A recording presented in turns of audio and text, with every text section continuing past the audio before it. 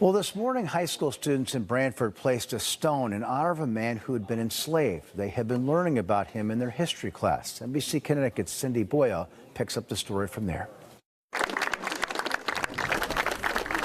Applause rang outside the First Congregational Church of Branford as students gathered to watch the installation of the town's first witness stone. The stone honors Cambridge Gould, a formerly enslaved man who lived in Branford. I didn't really know much about the history of Branford and stuff like that, so it was cool to learn about that and how he struggled and how he persevered through all of his hardships. The installation was done in collaboration with Branford High School's 10th grade history classes and the Witness Stone Project, an initiative whose goal is to honor the history of formerly enslaved people. These young people today, with celebrating Cambridge Gould, showing the initiative to learn, to understand, I think that we all would be better off if we took on the same attitude as these children. And it was something that was very forgotten in our history, but that they got to find their own creative ways to bring this part of history to light. Inside the church, students honored the legacy of Cambridge Gould, and they told us that it's important not only to honor enslaved individuals in the South,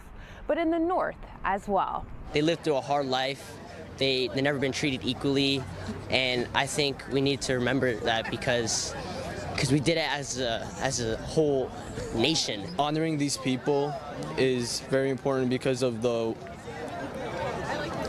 hardships they went through and the stuff that slave owners put them through, but the way they persevered through that and how much of a step that was in our history to get over that. The Witness Stone joins many that have already been placed throughout the state, including in Old Lyme and Hartford. The group tells us they'd like to do it again. There are several unmarked graves here in the town of Branford of former enslaved individuals, and we're formulating now, storming and forming to see how we are going to celebrate these individuals and again bring awareness. I would absolutely love to continue doing this project. I feel that it definitely sparked a lot of student engagement in their learning, and it's really something that they should be proud of. In Branford, Cindy Boyle, NBC Connecticut News.